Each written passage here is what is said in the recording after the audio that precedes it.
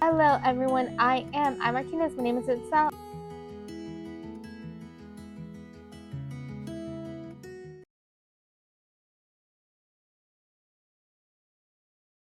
Good morning everyone, I'm Martinez. My name is Itzell. It's a Mask Monday. We will be using this mask and we'll be talking about my twins since it's their birthday. So let's get the mask on and up to 15 minutes, so 10 to 15 minutes. I never remember, so I always have to look. So yes, let's get this on and then we'll talk about my twins. If you've been watching me for a while, you probably already heard about them quite a bit. And if you're new, then you get to hear about them for the first time. So there's that.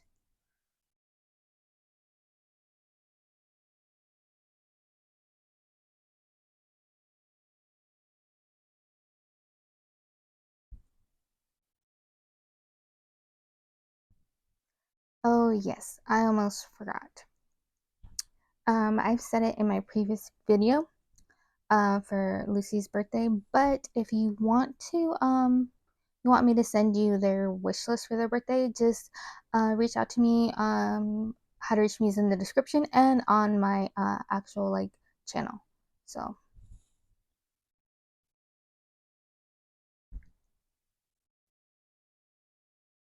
let's see.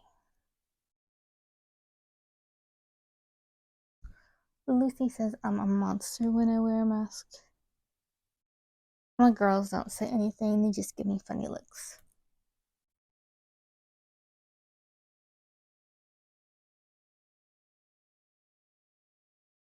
I think that's as good as I'm gonna get it. So let's talk about my twins. All right. Well, let's see. Well, the girls, obviously. And I was actually due at the end of December. And obviously, by when this is coming out, this is not the end of December. So you can see how premature they actually are. September is 3 months away from December. So yeah. Um, like I almost lost them twice when I was pregnant, and my cervix just kept opening up. So like the week before I had them, I had a doctor's appointment, or I think it was the same week actually. Um, the doctor the doctor told me to look out for preterm labor, but he didn't describe it, and he said it like on our way out. So I didn't think then to ask what it looks like, because I was a first time parent. I don't know what labor is supposed to look like. I don't know. And after having my youngest, and it's just all right, well, it's not always the same. So there's that. With my twins, my water didn't break. Um, it was just I was contracting and it wasn't stopping, but I didn't know that was contractions, because for me it came as lower back pain, and I had chronic lower back pain that would come and go throughout the day. So that's what it felt like, just a little bit more so. So I had no idea. If I would have known, just to go in, you don't know, for any little thing, then yeah, they probably would have been able to stop it, but I didn't know. So yeah, if you're pregnant and you're not sure, just go get checked out. It's better to be certain than, you know, regret not going. So yeah, my girls spent 107 days in the NICU, and my youngest twin B, Mal, she did better than Zoe for a long time in the NICU. And from what the doctors and the nurses told me, it's not uncommon. That's usually how it goes when it's twins, that baby B will always do better, because baby B is already fighting for everything in the womb, that all the nutrients automatically go to baby A. So baby B is already fighting for survival in the womb. So that's why they do so well during the NICU stay, because they're already used to fighting for everything. And it blows my mind that it's like that. Even if like my twins didn't share placenta, umbilical cord, any of that. So it just blows my mind that it's even the same for, twins that are completely on their own, that just your body just automatically gives it to the first. Like, I think that's a little crazy to learn that. But yeah, so they spent a long time in the NICU, and I mentioned it briefly in my last video, where my twins, like, they couldn't be breastfed. The fluid was going into their lungs, so they needed thickener added to anything that they drank. It was like, they described it as like honey level thickness that they needed, and that was like for a year before they could actually like have like regular um liquids. And that's just crazy that it was like that for them. And they had in-home therapies after they left the NICU. They had like speech, I believe. I can't remember. Was it speech? Maybe it wasn't speech. Maybe it was physical. I don't know. They were having one kind of therapy in the hospital, and then when we left, they got occupational, speech, and physical. So yeah, and they had that for 3 years. Let's see what else about my twins. They had a heart murmur. Their heart murmur, they call it a PDA, and apparently, from what they told me, every baby has one, but it's supposed to close like either right before they're born or just a little bit after they're born. I can't remember exactly how they said it. But like with preemies, it doesn't always close, and sometimes with people that weren't preemies also. So they had that, and they say like over time, it can close on its own, but just like we had to keep going to the cardiologist to check up on it.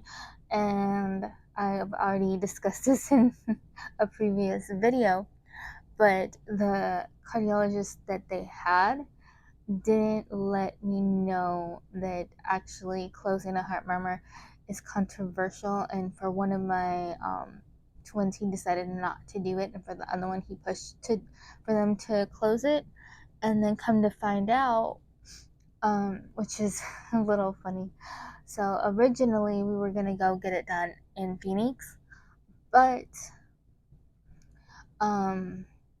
the doctor's office, what they did was, I guess if you're on state insurance, like they have to put in some kind of paperwork to change your insurance. That's fine if you have to like do that, but they didn't say anything to me. They don't let me know. Like, it was like when we were supposed to be getting our new cars, and I'm like, well, I didn't get both of their cards. Like, what's up? And I called the insurance, like, they're not with us, or she's not with us anymore. And we're like, excuse me? And that's when I found out that they did that. So whenever I got someone in the line, like they were trying to say like it's policy, like we have to do this, I was like, okay, so is it also policy to do it and not let the parents know that you've done it? And then she didn't say anything, complete silence. I just hung up because nobody was saying anything. So I'm like, yeah, I don't trust this place after that, because it's just like communication to me is very important, especially when it comes to my kids. Like, if you're going to do that and not let me know, I don't know what else you're capable of doing without letting me know. So after that, we ended up going to Tucson, and in Tucson, I let the doctor know, they both have heart murmurs, but only one of them was okay to get, to get closed. So they're like, okay, well, like, we want to see her sister, like, just to make sure, like, it's the right call. Turns out their murmurs were exactly the same. They told me that one was slightly better than the other. No, exactly the same. So that was a little frustrating, and that's when they told me that it's controversial in the cardiology world to have a heart murmur closed. And I guess the doctor that they had originally was against it, like only for it if absolutely necessary. Um, like that's not your call, it's the parents' call. So that was a little frustrating. And then they also let me know that the longer you keep it open when it should be closed, there's like a 1 in 100 chance of getting an infection in your heart. So yeah, they're like, well, that's life threatening. Well, of course it's life threatening, it's an infection in your heart. Like, yeah. So of course we got them both, like their heart murmurs closed. And we had to do like a 6 month follow-up, like a post-op. And yeah, they're good. And like they said, we don't have to worry about it anymore. And if um you know that they hear anything like irregular, that shouldn't, like, be a thing to go back. But luckily so far we're good, we haven't had to go back. They did tell me, and I completely forgot,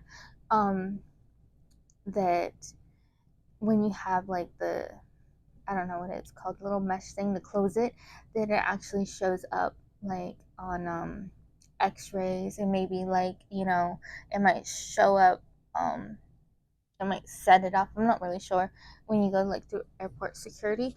So my one of my twins had an x-ray done for her spine, and it showed up. And I was having the hardest time figuring out what that was until it clicked. And then I let like the tech know, because it's like, dude, it's gonna be there, like I can't take it out. So yeah, it's like, it's fine. It's just I forgot because it had been so long.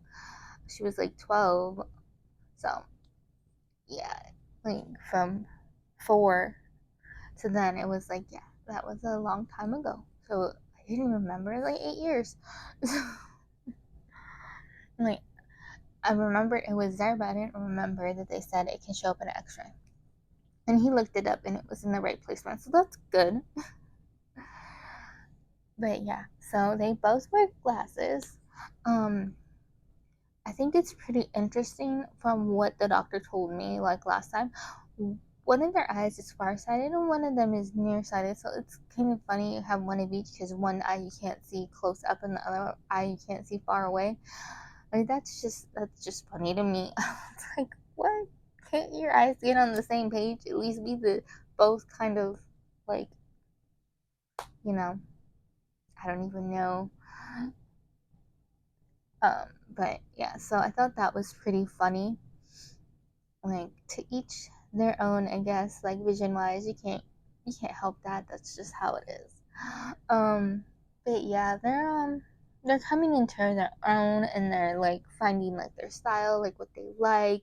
So that's a lot of fun. And they want to learn how to skateboard. So I mentioned that in a past video.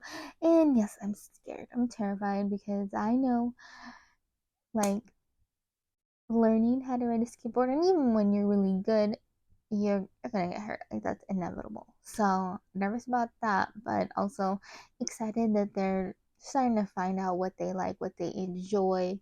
And if I didn't mention it in this video, I don't know if my kids are identical or not. And you're like, Itzell, how do you not know? Well, the kinds of twins that they are, there's a 30% chance that they are. But I never got them tested, because that's the only way to get them tested. They told me, if one's a boy and one's a girl, they're fraternal. Well, they're both girls. Well, if their blood type is different, then they're fraternal. Well, their blood type's the same. Yeah, I don't know.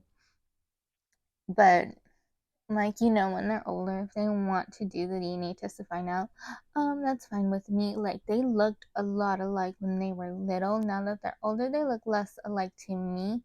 If anything, like, to me, it's like possibly half identical, which is a thing, because apparently, it's rare and there's not a lot of records of it, but apparently in some cases the egg splits before it's fertilized, so half identical twins. And I wonder because like some twin parents get so annoyed when they have a boy and a girl and they look so much alike and people are like, are they identical? Well, they might be half identical. So that would be funny. To find out, right? You're half identical twins and one's a boy and one's a girl. To me, that makes sense. But who knows? I bet we'll all hear about it if like they ever what do you call it? Like put it on record. Yeah. But yeah, let me know if you have any questions or anything I didn't cover about my twins. They're definitely in that teen stage where they don't want to do a lot of stuff with their parents and grandparents and stuff. So, uh, but that's just what it is. Like, enjoy the time they actually do want to spend with us. Um, yeah, fun times, right? Yeah, not so much for me. I hope you have a wonderful day, a fabulous week, and I'll see you in the next video. If you like it, be sure to give me a thumbs up. And next week we'll be back on our motivations Mass Mondays. Bye.